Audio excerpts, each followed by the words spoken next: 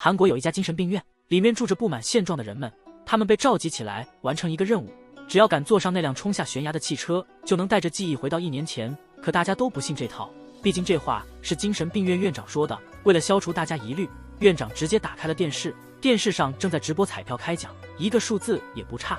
院长就这样中了1000万大奖。他解释说自己能中奖，全是因为他来自未来1年后。旁边的保安大叔马上说，他要记下过去1年的所有开奖号码，打算靠彩票发大财，翻天覆地。其他人看了也心动不已，特别是男主角刑警小池，他逮捕的罪犯10个月前出狱了，开始疯狂报复，不仅对付了小池的同事检察官和法官，连小池的师傅都被残忍杀害，还把尸体丢在了小池家里。小池看到这一幕，彻底崩溃了，深陷自责的痛苦中。而这时，一个改写命运的机会出现了，不管是真是假，他决定要试上一试。就在那一刻，一个怀孕的女士选择退出，毕竟要回到1年前，她的宝宝也会因此不存在了。院长立刻表示，每个人的决定他都尊重，其余想穿越的人1周后再聚这里。转眼周末就到了，除了那位孕妇，其他人都来齐了。院长嘱咐大家，穿越后第1个周末要回到这里集合。话毕，大家就坐上了医院安排的那辆加长型克莱斯勒。过了一会儿，车子飞出悬崖，开始掉下去，在颠簸中，大家的意识渐渐模糊。之后，男主角小石在工厂醒来，他真的回到了1年前。小石急匆匆往警局跑，看到完好无损的师傅，他激动地抱住了师傅，泣不成声。下一步就是处理那个杀手了。凭着记忆，他找到了凶手，和他边喝酒边聊天，最后还帮他叫了出租车。但凶手打算去法官家，想去报仇。出乎意料的是，出租车司机是小池安排的同事，他提前把情况告诉了小池。凶手正要下手的时候，小池及时赶到，以未遂罪再次抓捕了他。与此同时，其他的穿越者也没闲着，保安叔叔忙着买彩票，白领叔叔也在选购那些会涨的股票，大家都在重新考虑自己的生活方式，努力弥补以往的遗憾。转眼间，周末就到来了，大家又聚在了穿越的出发点，但是意外的发现少了一个人。院长的解释让人听了不寒而栗，因为那名穿越者已经去世。是谁呢？原来是那个参与实验的快递员，他和保安叔叔有同样的想法，想要靠中彩票一夜之间翻身，却没曾想到穿越的地点正是一场车祸现场。快递员正在开车，来不及反应，当场命丧黄泉。但他并不是唯一出事的人，女主角嘉贤也成功穿越了，曾经瘫痪的双腿现在已经康复，健康归来的嘉贤激动落泪，本来想开心的去男朋友家庆祝，没想到却提前回到家，恰好撞见了闺蜜和男友在庆祝。她愤怒又羞愧，一气之下冲出了门，但发现每次过马路都会重现被车撞断腿的情景，似乎历史要重演。今晚正是她原先出车祸的那个夜晚，于是决定整天待在家里躲避。晚上闺蜜打电话来道歉，但嘉贤根本不想理睬，正要挂掉电话，突然听到电话那边传来巨大的撞击声。嘉贤本能地看了一眼时间，正是她穿越前出事的确切时间，一种不好的预感油然而生。她毫不犹豫地冲向事故现场，果然闺蜜出了车祸，肇事司机已经逃逸，时间、地点、死亡方式与嘉贤原来的车祸如出一辙。但她没时间多想，赶紧把闺蜜送到了医院，可是已经来不及了。慌乱中的嘉贤直奔集结地去找院长问个明白，院长也是一头雾水，索性决定给嘉贤催眠，想通过唤醒她之前的记忆找线索。催眠开始了，嘉贤意识回到了她出车祸那一天，梦中她清晰地看到那个撞她的司机不是别人，正是那个宠物店老板阿秀。醒来的嘉贤二话不说，径直冲向阿秀的宠物店何家，但阿秀像消失了一样，无影无踪了。阿秀其实早藏在院长办公室里，没错，就是当年那个撞伤嘉贤的司机。参加穿越实验的原因，就是为了修正过去的错误。谁知历史又重演了，宛如命中注定。找不到阿秀的嘉贤，只得先去参加闺蜜的葬礼。没想到旁边还有另一场葬礼，参加实验的穿越者都在这，都来到了这里。嘉欣走进去才发现，死者是那个想靠彩票发财的保安大叔。又一位穿越者没了，连续2个穿越者意外死亡，这可能是巧合吗？这还是什么改命穿越实验？感觉像是穿越外衣下的真人版狼人杀。这时耳机哥也是穿越者，深思熟虑之后，突然提了个大胆的主意。耳机哥发现了一个惊人的规律，每次穿越者们聚一块的时候，谁要是第一个站起来或者走人，那谁就会激活某种机制，接着就会死掉。这话一出，大家都毛骨悚然，都赶紧回想起来，对第一次狙击的时候，最先站起来的快递小哥挂了，第2个站起来的是保安大爷，他也没逃过去挂掉了。这么一想，大伙儿心里慌的一批，都怕自己成为下一个目标。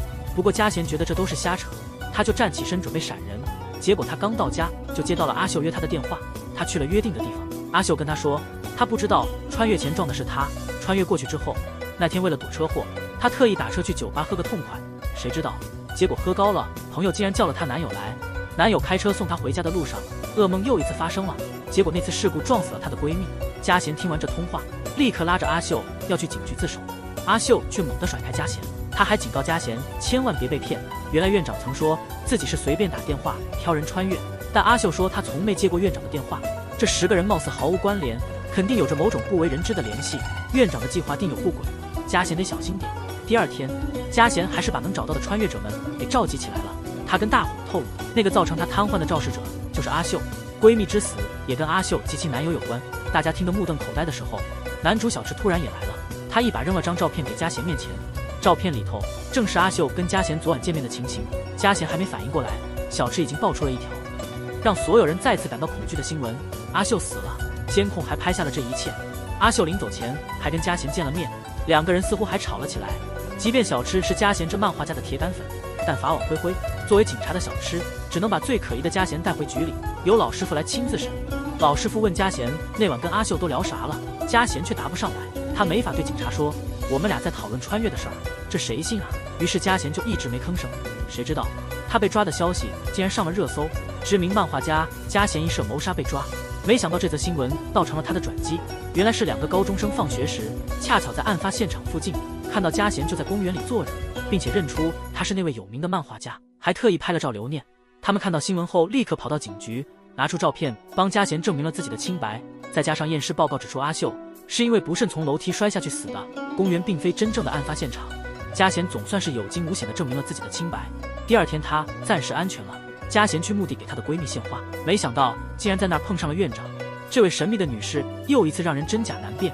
她为自己辩护，她挑人并不是有意的。嘉贤和阿秀因为一场车祸而结下了不解之缘，那10个穿越者是她随机选的。她坚称自己跟几个穿越者的死没关联，听着院长拼命辩护。嘉贤嘴上虽然不屑一顾，但表情里已经露出了几分动摇。哪知道第二天又发生了意外，也是穿越者之一的白领大叔突然来找小池。他提起小池和嘉贤在警局时，那个耳机男又推算出了新的死亡规律，而且这次的规律似乎更靠谱。死亡规律跟穿越者的座位有关系，第一个死的是送快递的小伙，也就是坐在1号位的，接着他旁边的彩票大叔也挂了，然后是大叔左边的阿秀出了意外。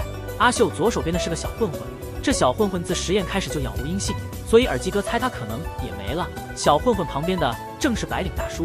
这么说来，如果这规律没错的话，下一个可能就轮到白领大叔了。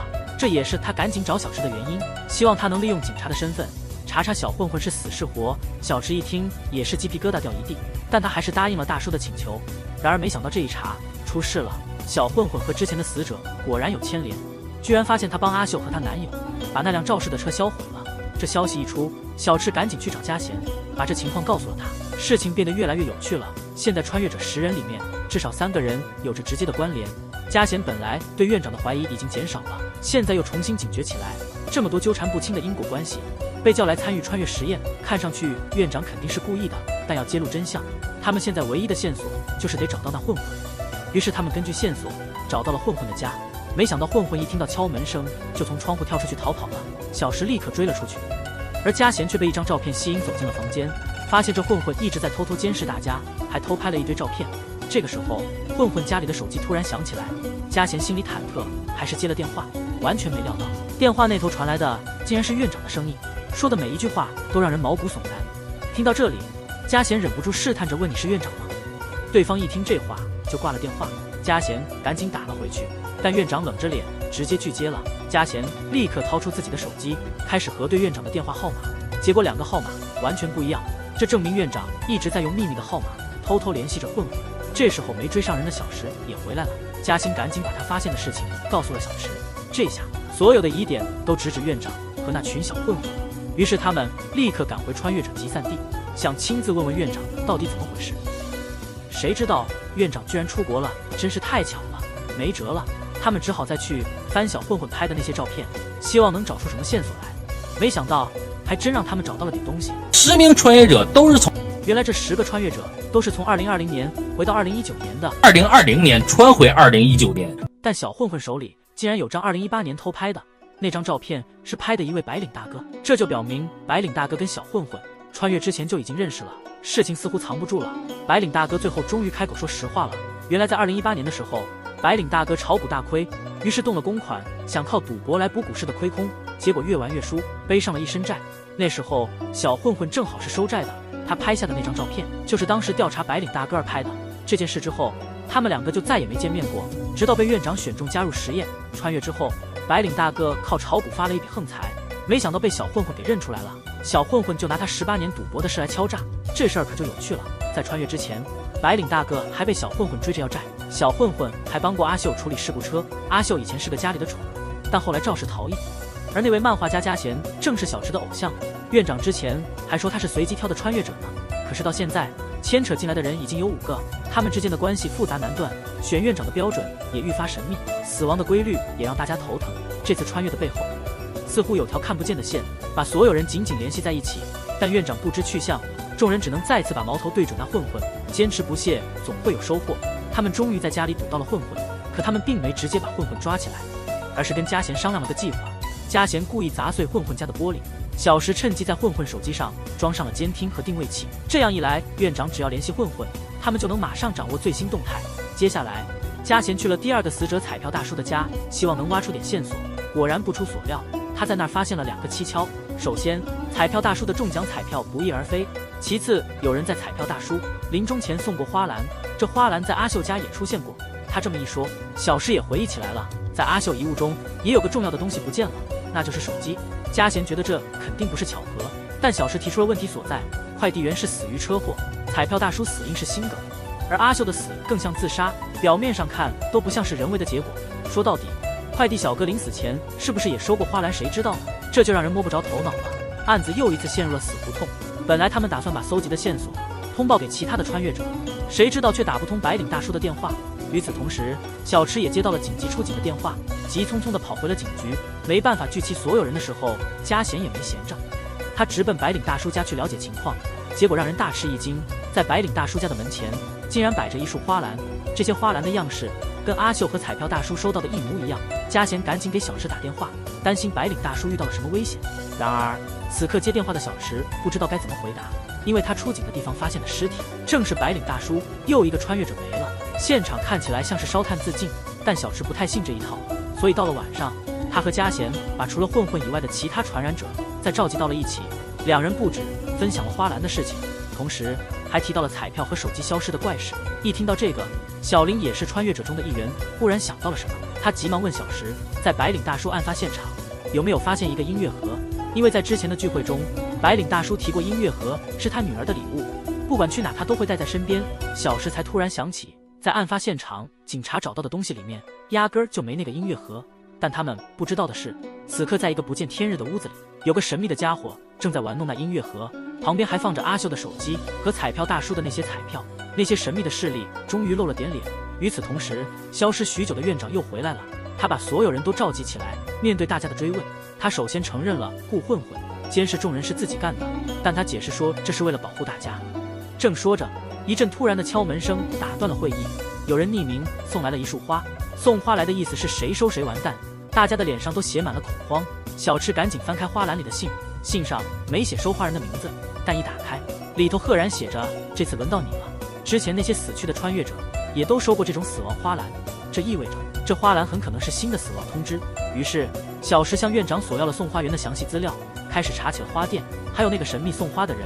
可当小石找到送花员，可惜的是那雇主只在网上拟了名下了单，根本就没露面，只是把花放在公园的长椅上，让送花员拿去就行了。他也不清楚雇主的更多信息，又是一条死路，别无选择，小智只好瞄准了花店的地址。那些死亡花篮里的花可不常见，找出花的来源就能确定是哪家花店。与此同时，家贤也不是在闲着，生死攸关，他也在找花店的位置。找了几天之后，小智终于觉得找到了可能的花店，亮明了自己警察的身份，要求查看监控。果然看到了那个疑似买花的神秘客户，但神秘人戴着口罩看不清脸，但细心一瞧，发现那人包里的耳机跟穿越者中的耳机哥戴的是一模一样的，神秘人的身份好像有眉目了。他立刻去找耳机哥，可问出来的结果却让人失望透顶。耳机哥根本就不是送花的那个人，他只是在模仿那个黑手幕后，他想试探大家的反应，他怀疑那个黑手就藏在他们当中，结果没想到真的发现了点什么。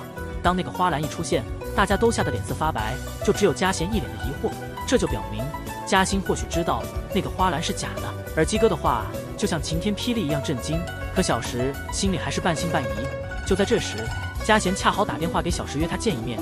原来嘉贤之前调查的时候，嘉贤发现花篮里的那些信的诗句都别有深意，而最新的一个花篮上写着轮到你了，直白的白话文意味深长，所以他开始怀疑那个花篮是不是假的。这也解释了他那副疑惑的脸，他的解释反而间接证明了自己是清白的。听到这个时候，小申也拿出了警局的一些线索。现在问题来了，那这诗句到底是从哪本书里来的呢？嘉显突然灵机一动，打算利用自己网红漫画家的身份，把那些诗句画进漫画里，希望那些无所不知的粉丝们能帮他解开这个谜。粉丝的能量果然强大，只过了几天，网上的论坛就传来了消息，那些诗句是出自一本名为《命运碎片》的书。各位注意高能预警啊！两人开始分析书中的诗句，突然间发现了什么？原来每张明信片上的诗句都对应着书里的一幅画，画里的内容似乎和每个人的死法有所关联。丘比特之箭直指心脏，正好对上彩票大叔的心肌梗死；伊卡洛斯坠落的故事对上了阿秀的坠楼身亡；梵高的自杀恰与白领大叔的烧炭身亡相呼应。这个发现无疑让他们更加困惑，如果这不是谋杀，那这个神秘人他是怎么预知这些死亡方式的呢？想不通的话，他们只能继续调查那家花店的地址。小智首先来到了白领大叔住的那栋大楼，重新查看监控，果然他真的看到了那个送花篮的配送员，甚至还找到了车牌号。通过车牌，小智找到了那个配送员的家。可当他瞅见墙上那张婚纱照，吓得浑身直冒冷汗。与此同时，嘉贤在花店里头瞧见了和送死花篮一样的明信片，他看墙上老板的照片，脸上也露出跟小智一样的惊恐。终于找到了花店，哪知道竟然发现老板居然是那个最早退出实验的孕妇。我的天！两个人赶紧去找那孕妇，追问订花篮的神秘客是谁。问个不停之后，孕妇终于吐露了雇主信息。可惜的是，订花的只是个做兼职的学生，今儿还有学生来订同样的死亡花篮，同样的卡片。小石赶紧嘱咐孕妇，只要花送到，地址要立即告诉他。嘉贤则飞快回家，翻出那本命运的碎片，照着新卡片的文字也对上了一张图片，图上是辆出了事的马车。小智另一边找到了那兼职学生，从学生那打听到拿卡片的快递柜，监控终于让他们看到了放卡片的人竟是个偷渡的。于是小智和嘉显立马召集剩下的穿越者，分享了所有掌握的信息。幸好耳机哥用黑客技术追踪到了下单给学生的 IP， 源头是家医院。小智赶到医院，恰巧目击那放卡片的偷渡客，问了一番之后，那个偷渡客突然指了指一个神秘的女士，好像又要失去线索了。小智赶忙悄悄跟了上去，开车一路尾随。谁知道那女的开车直奔穿越者的聚集地，事情明朗多了，院长肯定有问题。小智急忙按响了门铃，正想找院长理论去，就在这时，孕妇打来了电话，又有新的花篮地址送来。这地址完全出人意料，嘉贤也接到了同样的消息，两个人分头飞奔向花店，但是已经迟了，退出实验的孕妇也死了，怎么不早点让那孕妇逃跑啊？这时候院长办公室的沙漏也恰好倒完了，桌子上还有那本决定命运的书。警察不久后赶到现场，他们细细查过之后发现，孕妇的死因是因为暖炉漏气，看上去并不像是谋杀。但是小池和嘉贤一直被死亡花篮搞得头大，他们根本就不信这一套。根据他们之前的侦查，所有的线索都指向院长，于是他们愤怒地冲到了聚集地。院长却坚称自己不认识那孕妇，说自己没理由杀她。但小石直接拿出了所谓的证据，他发现了那个神秘的老板就是院长的助手。死亡花篮的计划慢慢露出了水面。仔细听我说啊，小池他们猜助理在背后指使，让偷渡客去快递箱邮了那些死亡的明信片，然后他们在网上雇了个兼职学生来拿卡片，去花店下了花的订单，接着匿名寄出了邮件地址，花店照着地址把那带死亡预告的花篮和明信片送去了约定地点。结果呢，谁拿到谁就倒大霉。一个小助理明显是办不到这么大动静的，表面上看起来好像是院长在背后操控，可院长自己说这不过是你们俩的瞎猜，这种猜测法庭上根本站不住脚，何况助理都辞职走人了，线索又没了。但小池他不甘心，赶紧跑到助理以前工作的医院去找线索，没想到发现了新情况，院长以前也在这医院干过。小池立刻去找院长以前的同事，才知道院长有个朋友因为精神病自杀了，院长内疚得很，才辞掉医院的工作。知道了这事儿，小池赶紧把这情报告诉嘉贤。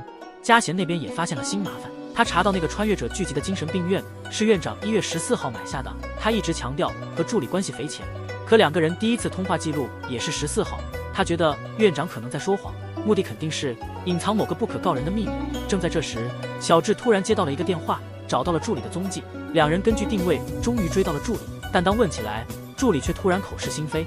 他说所有的事都是院长搞的鬼，临走还特意叮嘱他们俩，不想吃土的话就快跑。与此同时，院长却和一个女人一起坐在车里，这女人不是旁人，正是小池之前找到的院长以前的工作伙伴。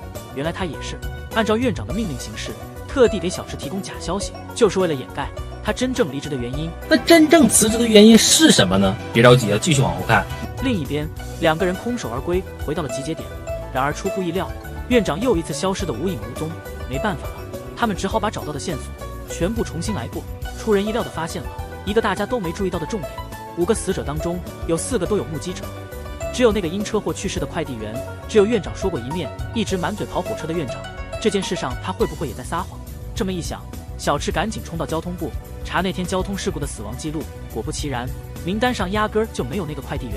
他又立刻飞奔，根据线索找到快递员的家，想都没想到，居然真的见到了那个活蹦乱跳的快递员。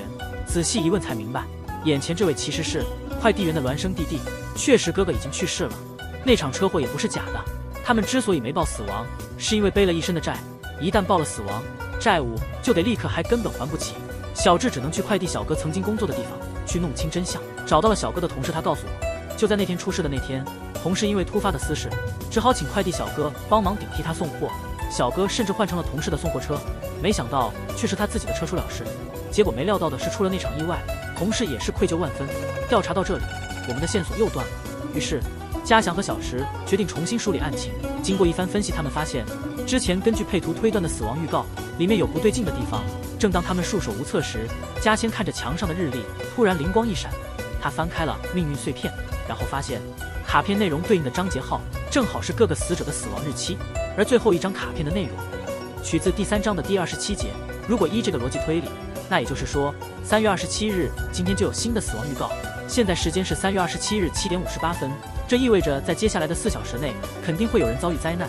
一想到这，嘉欣连忙拨电话通知其他的穿越者，怎么打都打不通小林还有那小混混的电话。小池决定自己跑一趟小混混家找人，人是没找到，桌上却发现有张写着小林名字的卡片，心里涌起不好的预感，马上开车往小林家冲，得阻止小混混做傻事。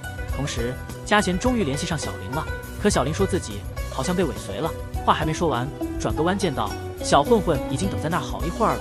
小林被吓得挂了电话，嘉欣没时间多想，直奔现场去了。他到小林家时，刚见着小混混在打小林，小林已经伤痕累累。混混一看不妙就想溜，跑到电梯口去，碰上了来帮忙的小池和师傅，一阵混战，终于把小混混抓回去了。这时候已经过了午夜12点，看来今晚没命案。这样平平无奇又过了7个月，以为死亡诅咒解了，谁知噩梦还没结束。小池这回出警了，死的竟是快递小哥的同事，还开的是小哥生前的那车。更吓人的是，验尸报告出来了，同事的死亡时间居然是7个月前的3月27日。小池吓得不轻，急忙把这情况告诉家乡的快递小哥。同事的死背后有蹊跷，一开始是因为同事跟小哥互换了车，这才闹出了那场致命的车祸。也就是这么一说，如果他们当时没换车，那个快递员还是会在3月27号驾着他自己的车神秘的死去。好好分析一下，看来那死亡诅咒是真的有。哎呀，我的天啊，这事儿还没完呢。于是他们急忙叫来了其他的穿越者，小池跟佳姐立刻提出了个大胆的猜测。记得院长说过，他也能穿越，穿了好几次呢。这样的话，他就能提前观察这些穿越者，知道每个人最终的结局，所以他就能预先告知所有人的死亡细节和方式。这番话让所有人都惊呆了，但更吓人的还在后头。就在这个时候，消失许久的院长突然现身了，开口就来了一句。原来院长完成了7次中期穿越，在前5次穿越中，院长悄悄收集了这11个人的死亡方式和具体时间，然后在第6次重启穿越时，他进行了一个大胆的试验，引导大家故意避开那些死亡时间和地点，想看看会有什么结果。比方说故意搞坏电梯，让那个下班买彩票的大叔不能去喝酒，这样他就能避免死于心肌梗塞。故意弄脏阿秀的衣服，这样他就赴不了公园的约了，这样他们就能避开意外死亡了。有意报了个假警，让那位白领叔因涉赌被抓捕，免得他走上绝路自杀。故意弄破了快递员的车胎，让他没法送快递，这样就能避开致命的车祸。特意向花店下了一个订单，让那位孕妇亲自去送花，这样他就能逃过一场爆炸。果然如此，当院长在暗中引导大家，巧妙地避开了死亡的时刻和地点，大家都安然无恙。但他只提到了前5个人的死因，以及他们如何被救回来。前面这些人的情况他没说清楚。吓得要死的小林急着想知道自己会怎么死和怎么复活，却被气急败坏的嘉贤打断了。嘉贤追问院长为何要这么狠心的玩弄人命？他明明已经救了所有人，在第6次穿越重启之后，为啥还要搞第7次穿越呢？院长只是诡异一笑，站起来给出了他的回答，因为他很想看看救回那些本该死去的人，再次穿越后会发生什么，所以他才会亲自召集大家，开启第7次穿越重启。我来解释下院长的话，这次穿越中，院长并没有选择直接介入人们的死亡，而是选择发送花篮和卡片作为提示。结果那5个人最终还是去了。至于你们为啥还活着，只是因为时候未到而已。说完还冷冷地补充了一句，说完他就大步流星地离开了。大家都忙着担心自己的皮肤安全，耳机哥却独自一个人闯进拘留所，去看望那些混混。其实从一开始穿越的那刻起，耳机哥就请混混帮他找个人，他深信这个人肯定是他穿越的真正目的，这也是他参与实验的原因。混混终于告诉他人已经找到了，但这个信息不是白给的。混混提出了他的秘密条件。同一时间，小林怕得要命跑去找了院长，他想知道自己的死期，但如今的院长玩弄人显得比救人更有趣。他告诉小林，下一个倒霉蛋是嘉贤，但他心里清楚，小林和嘉贤因为穿越变得如姐妹般亲密，成了无话不谈的好朋友，所以他给小林出了个难题，在他和嘉贤之间，院长只能救一个。言下之意，在接下来的时间里，只要小林不去插手嘉贤的命运，默默看着他走向死亡就可以了。但小林情谊深厚，不忍心看嘉贤出事，他还是找到嘉贤，把这事告诉了他。嘉贤听后当场就崩溃了，他急匆匆地跑到集结地，一脸失魂落魄地求院长救命。院长却说，我可没说下一个死的是你啊，你这么想肯定是听谁说的吧。嘉贤这时候才意识到事情不对头，急忙给小林拨电话，结果电话一直处于关机状态，跑去他家找人，人却不见了。正当不知所措的时候，嘉贤突然收到院长发来的一个视频，视频里的内容竟是院长跟小林的谈话实录。原来小林就是下一个目标，而院长并没有给他选择的机会，只是随便让小林指一个幸存的穿越者，然后骗那个人说下一个死的是他，如果骗局得逞，小林就能乘大巴离开首尔，这样就能逃过一劫。没想到的是，小林挑来挑去，最终选的竟然是刚刚和她成为好闺蜜的嘉贤。知道了真相的嘉贤简直不敢相信，而这时的小林已经离开首尔，她还不知道院长已经出卖了她。更糟的是，她和男友英雄刚到目的地，结果发现男友又不见了。接下来的情况真是够戏剧的，小林去报警寻找男友，同时男友也去报警告小林。原来在他们恋爱期间，男友发现小林一直在偷听跟踪，小林那近乎疯狂的控制欲让男友压力山大，他想要分手，但每次小林都用死来威胁，男友实在是被逼无奈，只好逃跑，并找小智报警寻求帮助，并且男友还向小智透露了更加骇人听闻的事情，告诉了一个毛骨悚然的秘密。那次小混混打小林的事件，实际上不是看上去的那么简单，其实是小林诱骗混混到家里，故意搞乱了现场，自残造伤增加伤势，目的就是为了博得男友的同情，避免分手。但没曾想到，结果却意外牵扯到了嘉贤和小池。当时混混知道自己有案底，根本就无法辩解，所以只能选择逃跑。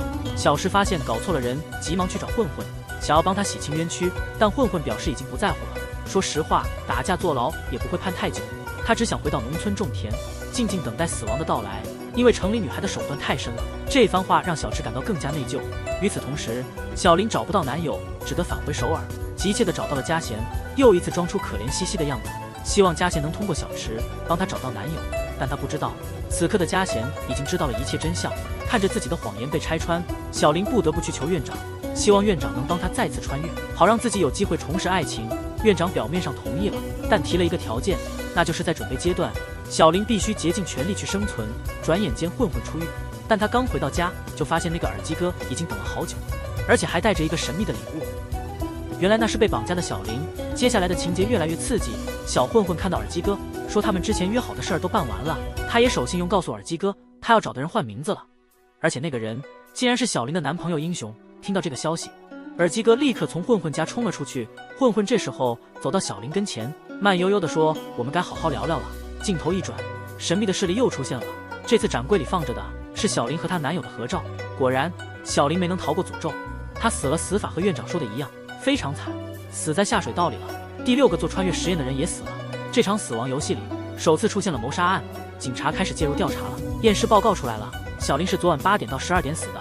作为头号嫌疑人，警方先找的是小林男友英雄。英雄想洗清嫌疑，说昨晚6点半跟小林最后联系，小林一直问他在哪儿，他只说了句不告诉你，然后就挂了。挂完电话就去朋友家了。但是警方调查发现，英雄的说法对不上，他的话里有问题。首先，他跟小林的通话记录有4分钟，他却说只说了一句话，电话就这么挂了。其次，那位英雄死活不肯透露朋友是谁，明显有事瞒着。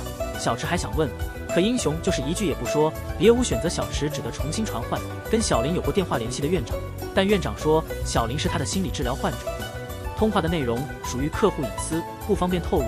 再说案发那会儿，院长一直在自己办公室没出去过。小智赶紧要求查看监控录像，院长却因为没搜查令而拒绝。官方的询问到此结束，两人又坐到外面的长椅上，开始私底下新一轮的交谈。院长提到，小林原本有机会在这次穿越中成为第一个改变自己命运的人，但她因为对男友不正常的爱，才决定回首尔，最终还是没能逃脱死亡的命运。小池问院长，在他以前的5次穿越中，小林是否都遭到了混混的杀害？院长回答，在那5次为救小林的穿越里，小林的案子始终是个未解之谜，始终没能破案，所以他也不清楚凶手是谁，只知道死亡的方式和相关事件。就在他们谈话时，警局传来了突发新闻，因为混混跟小林有过节，警方在搜他家时，果不其然找到了绑架的蛛丝马迹。那个刚出狱的混混又成了头号嫌疑人，真是不知道那混混前世造了啥孽。后来小石在调查中发现了些什么？昨天下午3点钟的时候，隔壁的邻居目击到小林带着个神秘男人进了那个混混的家，这话反而让小石感到迷惑了，因为混混出狱是他接的，还亲自把他送回家的。虽说他没进屋里，但小石记得非常清楚，那会儿是4点多。这么一来，除了混混有嫌疑之外，还多了个神秘的第三者。经过一番查证后，警方在出租车的行车记录仪里找到了那个神秘第三人，不是别人，就是耳机哥。正当准备对他紧急审问，谁知道耳机哥的背景相当厉害，他居然是韩国教育部长的儿子，他爸爸亲自派了律师过来，结果耳机哥被成功保释了。这下线索一时断了，郁闷的小智只能去找嘉贤哭诉。小智这么一说，嘉贤忽然想起了穿越前的新闻，就是那条耳机哥霸凌胖同学被曝光的新闻，他爸爸也被牵连进去。那会儿这新闻可是闹得沸沸扬扬，估计耳机哥参加穿越实验，就是为了避免那视频曝光，好保住父亲的政治生涯。那个被霸凌的胖同学是阿荣。这时候嘉贤突然想起来，小林以前和他聊天的时候，好像无意中提起过这个名字，于是嘉贤赶紧去找英雄。果不其然，英雄就是阿荣，他正是当年被耳机哥欺负的那位胖同学。毕业后他拼命的减了肥，换了个新名字，所以穿越后的耳机哥一直都找不着他。那会儿小石在审问中，他撒了个谎说自己去朋友家了，实际上是被得知消息的耳机哥给逮住了。耳机哥又对他进行了霸凌，这样一来，耳机哥和英雄都有了不在场的证据，现在只剩下那个小混混最可疑了。这边小吃也终于拿到了搜查令，正打算去集结地搜一搜，谁想到院长的助理又出现了，还主动拿来了监控录像，录像里清清楚楚的显示，案发时小混混就在院长办公室里。这下可好，所有的嫌疑人都有了铁证。但小池不知道的是，助理送完监控录像之后，居然去找那个感觉很弱的穿越者，递给了卡叔一个文件包。紧接着院长打来电话，说他已经按约定帮混混洗脱了嫌疑。另一方面，小林谋杀案让小池焦头烂额。突然他收到了混混的一条信息，点开一看，里面是一张让他极为震惊的照片。混混又发消息给小池，约他晚上到家里见面。混混刚到家，就发现桌子上多了个盒子，打开一看，里面是个 U 盘。这时有人敲门，他以为是小池来了，开门后没多看就转身了，却没料到一个神秘人趁机捅了一刀进来。奋力挣扎的最后时刻，混混惊异地喊出警察2个字，话音刚落就断了气。可神秘人并不慌张，没有立刻离开，反而从混混口袋里摸出一枚筹码，看起来像是准备放进收藏柜。另一边，嘉贤也有了新的发现。他在看新闻报道小林被杀的消息时，突然意识到之前的死者都是意外死亡，媒体上压根没报道。院长能穿越多次是一回事，但警方没提供信息，媒体也没报道，他怎么知道这11个人的死亡细节呢？他深入调查，发挥自己漫画家的天马行空，最终发现了线索，那就是所有的死者都是在小池所在警局的管辖范围内死亡的。想到这，他急忙拿起手机拨打小池的电话。此刻小池却在混混家，正浏览那个 U 盘的内容。他看到来电，竟然直接挂掉了，然后面无表情地望着混混的遗体。事情变得越来越有趣了，一个神秘的 U 盘，一具穿越者的遗体，还有一位异常冷静的警官，连死前的婚后都说杀他的是个警察。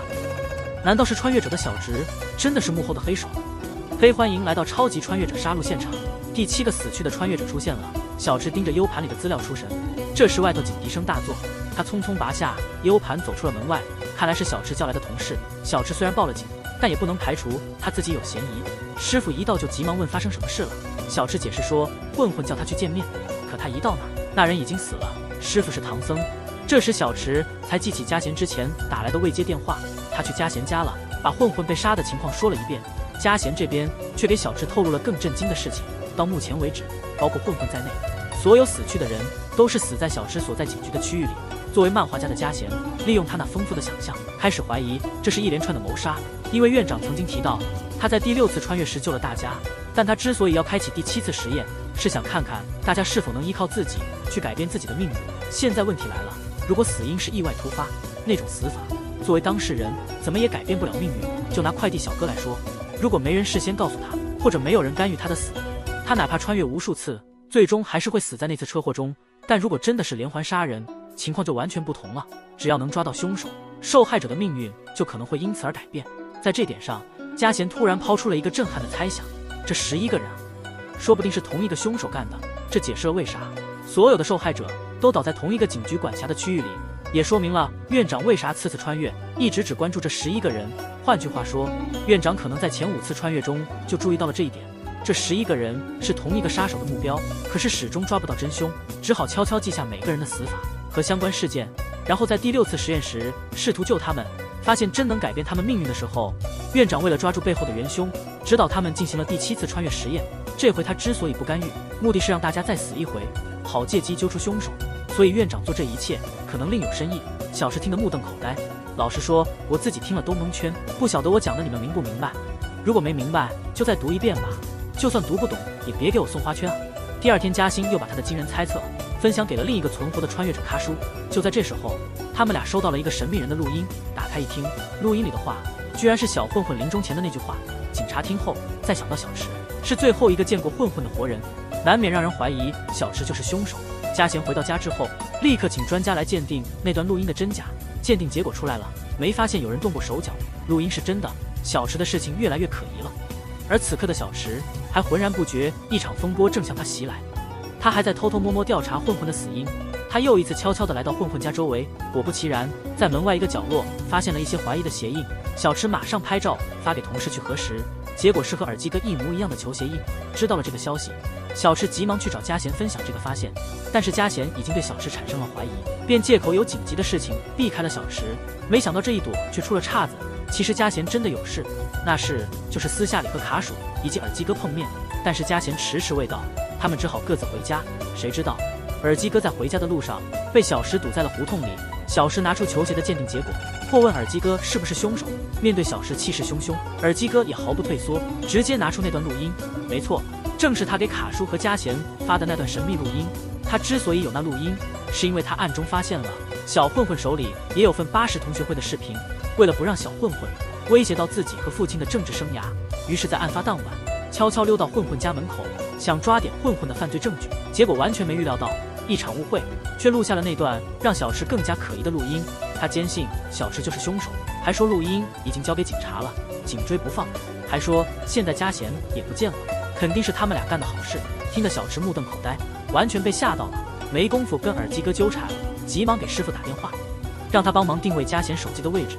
但他不知道的是，师傅和同事们因为那段录音正怀疑小池呢。听说嘉贤神秘失踪，师傅也不得不放下怀疑，开始帮忙调查。原来嘉贤是被他的漫画助手绑的，助手因为贪污被发现后被炒了鱿鱼，报复心切才绑架了嘉贤。这时候小池和师傅也找到了助手的踪迹，成功救出了嘉贤，吓了一跳，还好没事，总算不是什么死亡诅咒。这件事过后，嘉贤也想通了，白领大叔和孕妇出事那会儿，小池一直陪着他，如果真是连环杀手，那凶手肯定不是小池。误会既然解开，小池也分享了自己的情报。他把混混临终前发给他的秘密照片交给了嘉贤，请嘉贤帮忙分析一下。嘉贤往下一瞅，看到院长和一位女士的合影，这女人不就是之前给小池那假消息的，还隐瞒了院长为啥真辞职。医生看嘉贤点头就同意了。小池决定还得深挖，找出那2个小伙子的死因。谁料意外又来了，警方因为那可恶的鞋印，又叫那个戴耳机的哥们来一趟。耳机哥以为自己要背黑锅了，当下就崩溃了，脱口而出说自己认出凶手，说是小池干的。领导马上决定查小池，但师傅感觉到耳机哥太激动，说话前后对不上号，决定让他冷静后再说。审问完毕，小智急忙找师傅，想知道耳机哥都说了啥。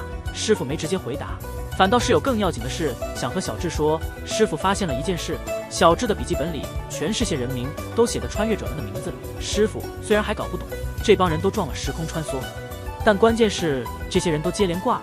他逼着小石得给个明白，为何笔记本上写着谁的名字谁就挂了。难不成小石你是夜行者？师傅的压力越来越大，小池也不再故作强硬，只得把参与穿越实验的事一股脑全吐了。师傅听了直呼惊奇，但他记得小池以前也有过预言破案，于是勉为其难接受了这茬，自己也只能强自说服。几天后的事情却让这一集来了个天翻地覆的大逆转。耳机哥意外收到了高中同学发的视频，为了避免是激化，他硬着头皮去了约定地点，结果一到那儿就遭遇不测。醒来时，他发现自己躺在一个昏暗的屋子里，那里整齐地放着所有失踪穿越者的物品，一目了然，没错，绑架他的正是那个一直在暗中杀害穿越者的真凶。耳机哥一看这些遗物，吓得魂都快飞了。就在这时，背后突然传来一个声音，长达一场的血腥游戏幕后的黑手终于露出了真面目，竟然是小池最尊敬还曾经死里逃生感激不尽的刑警浩哥。然而知道真相的人已经没了，小池加贤卡住，剩下的3个穿越者还蒙在鼓里，加上混混的死小池还背着嫌疑。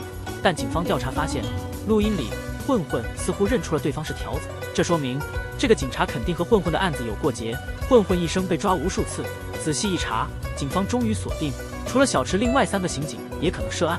但这信息小池是没权知道的，因为他自己也是嫌疑人，已经被挪开了案子，只能私下里偷偷摸摸查。就在这时，师傅浩哥为了保持自己猎杀游戏的连贯性，竟然主动把这情报透给了小池。小池还浑然不觉的感激涕零，结果却是引狼入室，把浩哥这个大灰狼介绍给了嘉贤。从那以后，浩哥成功伪装成盟友，混进了穿越者里面。不可否认，浩哥这招真是越遮越险。就这样，3个人开始琢磨案子。小池跟嘉贤都坚信有个连环杀手，为了让浩哥也信服，小池就把 U 盘里的资料给放出来了。资料里就是所有穿越者的死亡现场照片，就是没幸存者的照片。仔细分析这些照片，虽说这 U 盘是小池在小混混家里找的，但里面也有小混混的照片呢。很明显，拍照的不可能是小混混自己，这就有2种可能，要么是连环杀手拍的，要么就是知道所有死者死亡细节的人。第一种可能性倒是能理解，但第2种可能性可吓得浩哥一身冷汗。他急忙问：那除了凶手，谁会提前知道这些细节呢？嘉贤给出了答案，说院长之前5次穿越，一直在暗中注意着所有死者，所以很可能是他拍的照片。浩哥赶紧装出镇定问：那院长知不知道凶手是谁啊？小石遗憾地说：院长告诉过他，案件最后都没破，凶手还逍遥着呢。浩哥一听这，不禁松了口气，但嘉贤接下来的话又把他刚放下的心给提了起来。加小林死和前一个死者中间隔了整整7个月，如果真是连环杀手，他怎么能隔这么久才动手呢？浩哥听到这里，在本子上不断的涂涂画画，努力让自己冷静下来。你们可能也觉得蒙圈了吧？我们一块梳理一下。大伙还有印象那次混混被小林设局打了一顿的事情吗？混混跑了，最后被小池和浩哥逮住了。就在那次逮捕时，浩哥腿伤了，正好休息了7个月。在这7个月伤养的时间里，浩哥发现了点东西。他看到了小池记下所有受害者名字的本本，还发现他和小混混早就熟识，行为非常怪异。于是戴着帽子伪装自己去拘留所问混混，而混混为了履行和耳机哥的约定，同意帮忙物色人选。他正好在里头，可以托浩哥一个忙，帮他找英雄。如果浩哥能找到英雄，就把小池隐瞒的事告诉他，还告诉了他和小池都是从1年后穿越回来的。为了让浩哥信服，混混凭借记忆现场预测了一条新闻。几天后，浩哥亲眼看到混混预言的新闻变成了现实，再加上小池神预测破案的本领，他终于相信了大家的穿越说，并且答应了帮忙找英雄。在那7个月养伤期间，浩哥按约定找到了英雄，混混也遵守了他们的约定，给了他剩下的穿越者名单。就在这个时候，他震惊地发现，名单上的前5个死者居然是自己曾随机杀害的人，而且居然发现这帮人全都是穿越来的。一想到这，有些疯狂的浩哥不由得对这些穿越者的境遇感慨万千。他觉得命运好像选中了他，专门来清理穿越者，所以他更坚定地干掉了小林和混混。只是没料到，他自以为天衣无缝的计划，在弄掉混混的时候，偶然被耳机哥录下了音，就这样露出了马脚。至于为啥浩哥有随机杀人的习性，咱们后面再说。与此同时，英雄那天突然联系上嘉钱，带着一个猛料。英雄说，前几天他高中的老师突然找上门来，对当年没能阻止耳机哥欺负他的事表示歉意，还顺道提了一嘴，说有个警察曾经来学校问过英雄的事。嘉钱马上就想，这个打探消息的警察肯定是背后的黑手。另一方面，开始查 U 盘是从哪儿来的小石直接找到了院长助理，因为他猜想，如果 U 盘是院长的，那照片一定是院长助理拍的，可助理死活不肯合作。就在院长助理准备上车走人的时候，小池一瞥，竟在他的车里看到了一个很怪的玩意儿。小池还没搞清楚是啥呢，这时他突然收到了一个神秘人发来的照片，照片上正是消失许久的耳机哥，还附了个地点。小智急匆匆地跑去现场，结果到那一看，耳机哥已经没命了。小智赶紧布下警戒，结果让他看到了一个超级吓人的场景，因为绑在耳机哥手上的手铐居然是小智自己的，但是更吓人的还在后头。这时候2个巡警突然冒出来，一看这情况，直接把小智当做了杀人犯。小智这才意识到自己上了神秘人的当，现在可咋办？巡警眼中的情形是这样的：小智手里拿着枪对准耳机哥，耳机哥身上还有枪口伤，手铐还是小智的那副。小智哪怕有100张嘴都解释不过来，别无选择，他只能突然动手，决定逃跑，以后再找机会洗刷清白。当然，设计这一切的正是他的老师傅浩哥。小智一边开车逃，一边给嘉贤打电话，告诉他自己被人设计了，而且肯定是个熟人。接着又给同事打了个电话，求他们帮忙查点东西。没想到同事们虽然带来了信息，可同时也把专案组的浩哥和女同事带来了。大伙儿都说相信小智，接着告诉他，耳机哥的案子已经转交给另一组警察了。刚把大家送走没多久，浩哥又一个人带着日用品回来了，不断的试探小智让同事查的是啥。小智跟浩哥说，是他叫同事查的。那个装 U 盘的盒子里头竟然藏着香料，这香料啊，偏偏是咖叔最中意的那种。天啊，难道这世上没好人了？小智急忙一边告诉嘉贤，一边风风火火找咖叔去了。谁料到差点让准备动手的浩哥给吓跑了。浩哥全身伪装得很，小智也没能认出来。这时嘉贤也赶到了现场，2人一起扶咖叔回屋。小春直接问咖叔，那些照片是不是他拍的？因为他发现那盒子里有咖叔香料的味道，而且之前还在院长助理的车里看到过咖叔店的纸杯。显然咖叔跟院长有个秘密勾当，咖叔瞒不下去了，咖叔只好坦白，他其实是为了知道自己啥时候会死才去找院长求助的。他害怕突然离世，老伴儿年纪大了，所以院长顾虎答应了他，但要他做个条件监视大家。那些照片并不是咖叔拍的，他只是按院长的吩咐去送了 U 盘。听完这些，嘉贤这个想象力丰富的漫画家立马提议咖叔做个内外都通风报信的人，要他给自己和小智通报院长的一举一动。第2天，嘉贤根据汇总的资料，打算去找英雄高中的老师了解那个神秘警察的消息。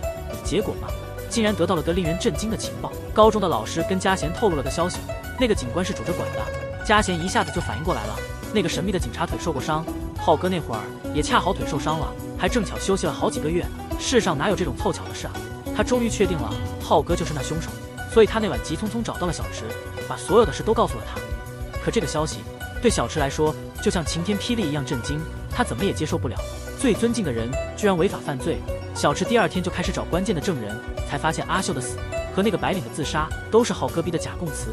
但小池心里还是不愿意相信，他直接去了集结地点，又一次找院长确认。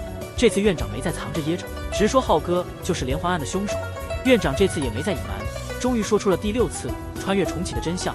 原来不是像之前说的那样靠躲避死亡时间和地点来救人，而是选了个一劳永逸的方法。不知道大家还记得不记得第1集小池穿越的原因？那个复仇法官案的嫌疑人之前5次穿越重启，嫌疑人出狱后就想报复小池，但每次都没成功。第6次穿越重启时，院长找到了那个嫌疑人，故意引导他去做了些什么，干掉小池他师傅浩哥，小池反而会更心疼。凶手听了这主意，就这样结束了浩哥。没了浩哥这个变态杀手，大伙儿都逃过一劫。明白真相后，小池彻底崩溃了，跪地上大声哭泣。费尽心机救回来的师傅竟是这么个疯子，还给其他人带来生命危险。嘉简赶紧上前安慰小池，让他别放弃，咱们还有机会改写命运，和喀什一起重新来过。没过几小时，小池一个人去警局自首了。他因为耳机哥那时一直被警察盯着，警察立马把他抓起来。没想到的是，他们俩之前的聊天全被躲在一旁的浩哥听个正着。原来浩哥加入他们的时候，早就偷偷在女主家装了窃听设备，他们刚才说的话他全听见了。虽然嘉贤没说计划细节，但他们显然成了危险。浩哥冷冷地说，既然你们这么麻烦，那就一起死吧。浩哥下定决心，第2天就找到了院长。小池说过院长不知道凶手是谁，浩哥以为院长是真不知道，就直截了当明说他都知道了。小池他们是在院长帮助下从1年后穿越回来的，他这次来就是想从院长这知道内情，将来我会怎么样的。院长话不多说，直截了当地告诉浩哥，只要穿越者没全死，他就还是安全的。说完他递过来一张照片，又是卖棺材的招数，照片上的摩托男就是他。浩哥很快就明白了自己的命运，和院长告别，知道自己还能安稳一阵的浩哥还是忍不住了，决定带上凶器先下手。结果却悲催了，赶到小池藏身的地方，人已经不在了。这时他才得到消息，小池投案自首了。他显然不能去警局闹事。浩哥气急败坏地找到卡叔，质问穿越者计划究竟是啥。卡叔却只回了一句没得说。浩哥顿时怒气冲天。嘉贤此刻还不知道，卡叔已经陷入危险之中，正给卡叔发消息问院长情况，却收到的回复是卡叔的伴侣病重入院，卡叔在医院，但情况突变。回信息给嘉贤的竟是浩哥，现在小池被抓了，卡叔也处境艰难。浩哥只好再次将目光转向嘉贤，打算利用他家的窃听器找线索，希望能有所发现。果不其然，第二天晚上，浩哥终于听到了想知道的。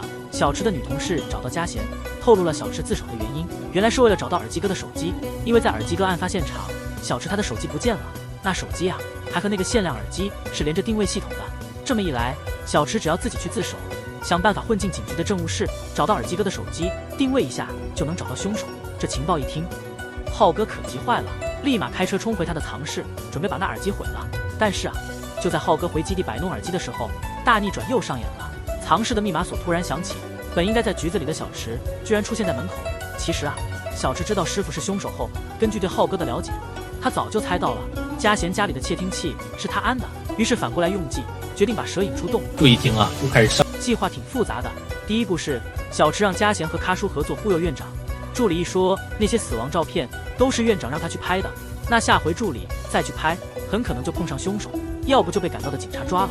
那时候院长肯定洗手不管，不会来救助理的。咖叔在旁边怂恿，助理终于心动了，承认了 U 盘照片是他拍的，还把他拍照之前的行车记录仪的视频和照片给了嘉贤。嘉贤把这些证据交给了小池。接着来第二步，小池带着照片去自首了，把助理给的视频照片交给了领导。作为经常去案发现场拍照的人，他的行车记录仪清晰捕捉到小池是在混混死后才到场的。这下小池终于有不在场的证明了。领导决定成立秘密专案组，着手调查这起连环杀人案。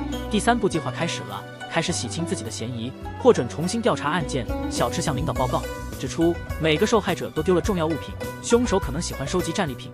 于是领导派女同事去找嘉贤，嘉贤和他演了一场戏，逼凶手浩哥回去销毁证据，自己则跟踪到浩哥的老巢，抓个正着。小石怎么知道老巢密码呢？因为密码是浩哥的警号97003。听到这儿，浩哥只能苦笑了，看来他的徒弟真的很懂他。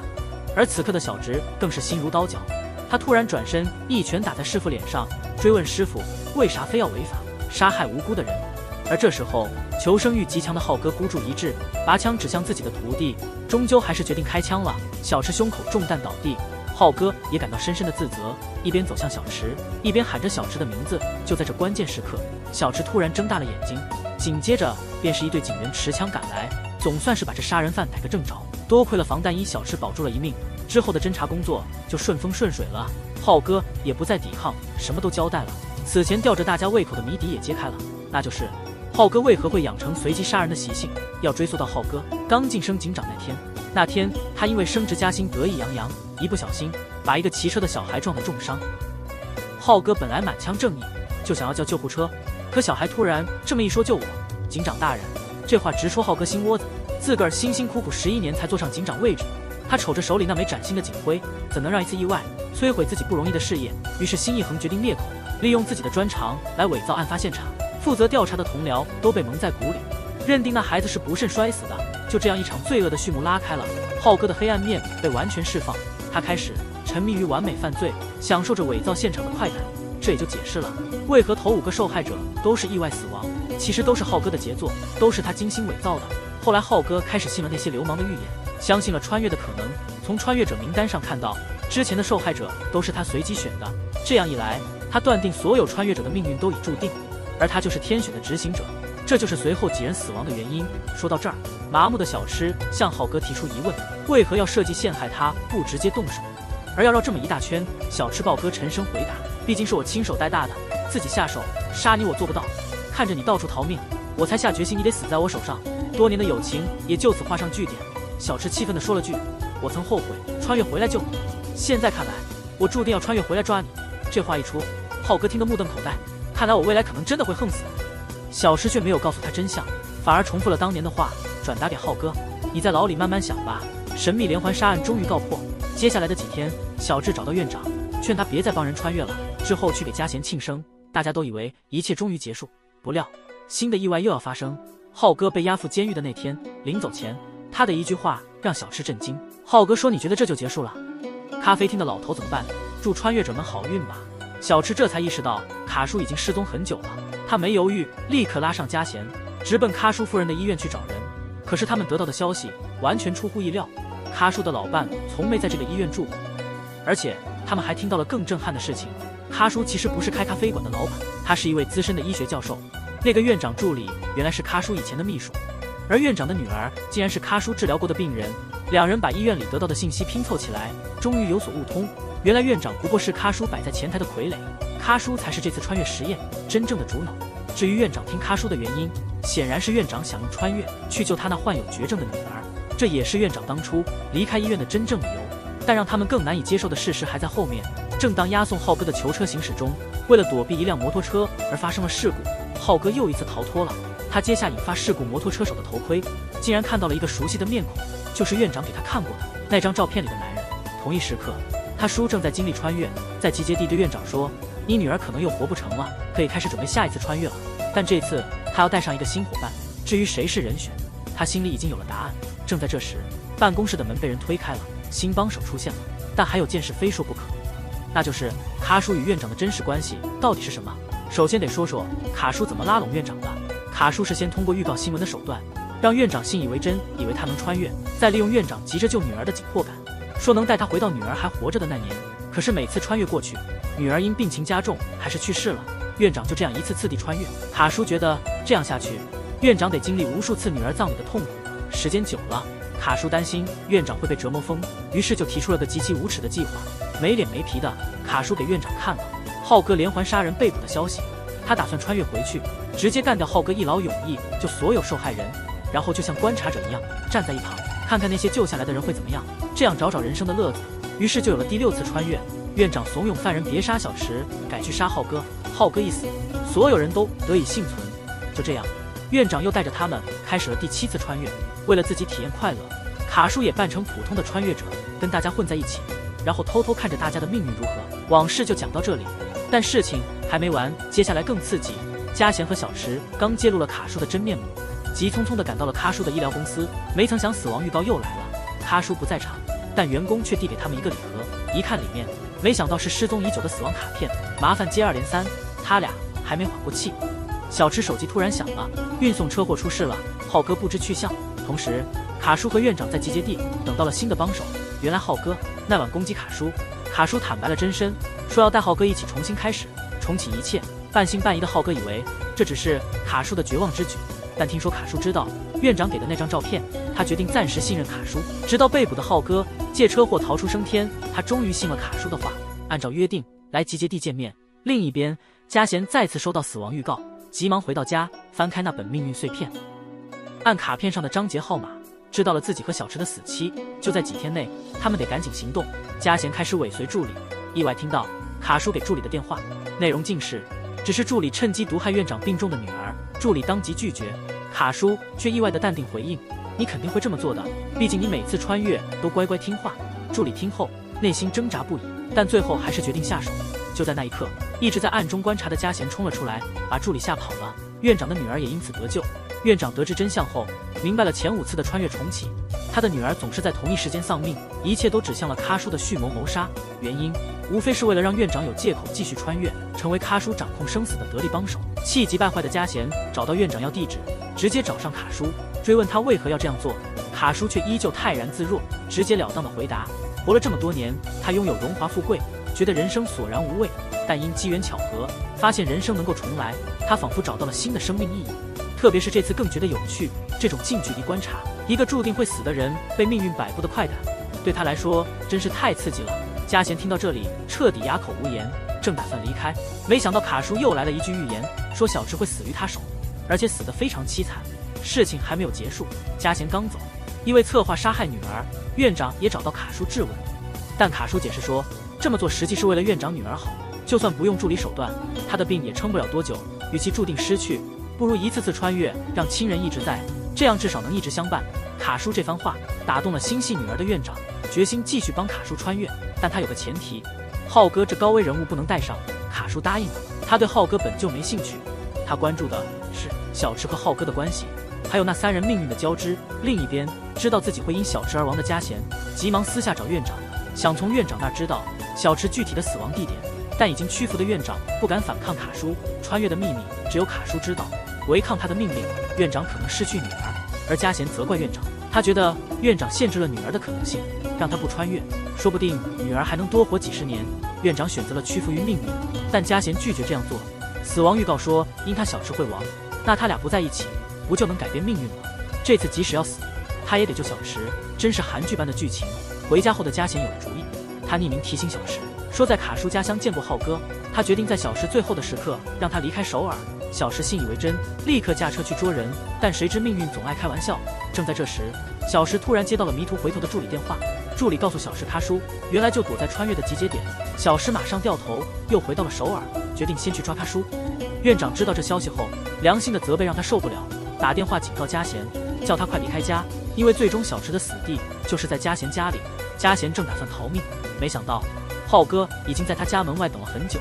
事情完了，小池费尽周折抓住卡叔，却突然听卡叔说出嘉贤被浩哥绑走的消息。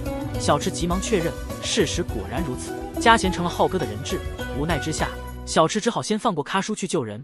但他到的时候，嘉贤已经满身是血，倒在沙发上奄奄一息。他赶忙过去查看，就在这一刻，嘉贤突然紧紧抱住小池，转过身，用尽临终之力挡住了浩哥的匕首。小池激动的小宇宙爆发了，一阵搏斗，终于把浩哥制服在一边。但他赶回嘉贤身边的时候，嘉贤已经奄奄一息了。临终前，他对小池说，卡叔曾透露，本来的结局是小池死去救了他，现在嘉贤想改变这命运，成为救命的人。可惜的是，他没法亲手给小池他的签名漫画了。这么说着，他就离开了这世界。但小池没空悲伤，他又找到了院长，想从院长那儿知道穿越的办法，想要重来一次改变嘉贤的命运。可院长已不愿再穿越，他只想和女儿在一起，追求嘉贤说的那种无限的可能性。他虽不清楚具体的穿越方法，好在他记得那条必经的穿越隧道。这时候卡叔正等着穿越，原来穿越的时间每次都得是在2020年1月11日中午的那个小时里才能穿越成功。没错，时间已经过了，所以别空想了，还不如安心听我讲完这故事。消息传到，小智他赶紧开车往隧道去，但显然卡叔已经穿越走了，小智也只能继续往前开。最后他看到了院长说的那个岔路，一边是死路一条的悬崖，一边是通向未知的虫洞。小智思索了一下，最后决定选择一条路。画面突然一转，穿越成功的卡叔回头一看，竟然碰到了小池。但这时候的小池好像一点都不认识他，卡叔不由得松了一口气。结果他还是上了当，小池选了条岔路成功过去了。擦肩时假装不认识，不过是演技而已，目标是让卡叔放松警惕，偷偷搜集他的罪证。小池终于找全了证据，用卡叔公司违规制药的罪状把他逮捕了，还说自己也穿越成功。卡叔倒是镇定，这种指控关不了他太久。小池却不在乎，虽然违规证据不够，卡叔逃不了严厉惩处，但至少能让他蹲1年以上，这就错过穿越的机会了，也就再也回不到过去，不再能操控别人生死。卡叔解决掉后，下一个就是这个实现的师傅浩哥。这个实现的他被捕时还不明白自己哪出错了。小池说，你在牢里那慢慢想吧。所有问题解决后，迷茫的小池不知怎地找到了嘉贤家，正好嘉贤出来了，但嘉贤没穿越过，不认识他。失落的小池正想走，没想到被嘉贤叫住。因为抓浩哥的新闻，小池成了明星警官。嘉贤认出他了，期待满满的问，我能邀你做漫画顾问吗？